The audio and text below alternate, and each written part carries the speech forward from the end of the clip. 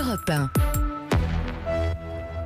Un édito tous les matins juste avant 8h avec Nicolas Bétou. Bonjour Nicolas. Bonjour Pierre. Ça sera votre tour dans 3 minutes, mais tout de suite une nouveauté dans le Périscope, le rendez-vous de la culture. Bonjour Thierry Geffrotin. Bonjour Pierre, bonjour à tous. Et ce matin, vous nous emmenez au théâtre. Allez, 3 coups.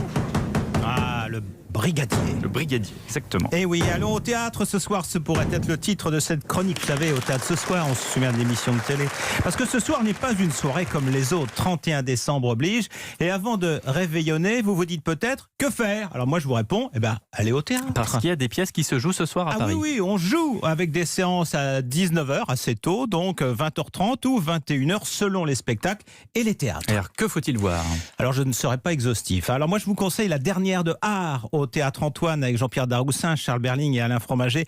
La pièce de Yasmina Reza fête ses 25 ans. Elle a été traduite en 40 langues. Elle a été jouée et primée dans le monde entier. C'est déjà une bonne accroche. Je vous dirais que Art, c'est comment se fâcher avec un ami, tout simplement en parlant de ses goûts artistiques.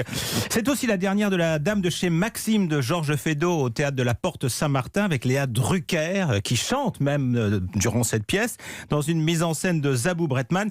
Une bonne façon de terminer l'année en pleurant de rire. Vous allez aussi pleurer de rire, je vous l'assure, en allant voir les Faux British au Théâtre Saint... Ah oui, c'est dingue.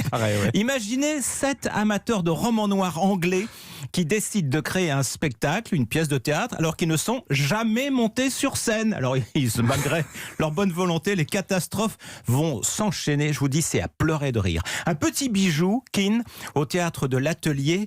La pièce écrite par Alexandre Dumas a été retravaillée par Jean-Paul Sartre. Elle a été jouée par les plus grands comédiens, notamment Pierre Brasseur, Jean-Paul Belmondo.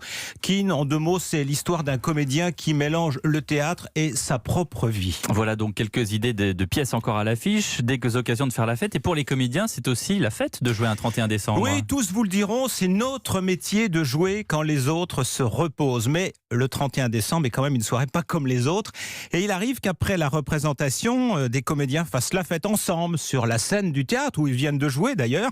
Le metteur en scène, Alain Sachs, lève le voile sur ce réveillon de la Saint-Sylvestre, pas comme les autres, des réveillons tout à fait personnels. On adore le 31 décembre parce que du coup, ça nous met à l'abri des réveillons où on s'emmerde. Comme on joue tardivement, on se retrouve proche de minuit entre artistes et du coup, on enchaîne avec le réveillon sur le lieu de travail. Très souvent, on invite nos amis à nous rejoindre, souvent sur la scène du théâtre, carrément, où tout le monde apporte des victuailles et en général, d'ailleurs, on prend plutôt pour habitude de ne pas jouer le 1er janvier parce que d'une part, le public n'est pas tout à fait au rendez-vous le 1er, le lendemain de fête, mais les premiers à ne pas être au rendez-vous, ce sont les artistes.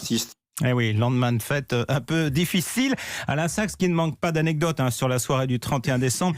Il se souvient notamment de Didier Lockwood. Il avait mis en scène un de ses spectacles et le soir de la Saint-Sylvestre, Didier Lockwood avait accompagné en musique les spectateurs jusqu'à la sortie du théâtre. En fait, personne n'était parti. Tout le monde était resté et pensait que le concert continuait.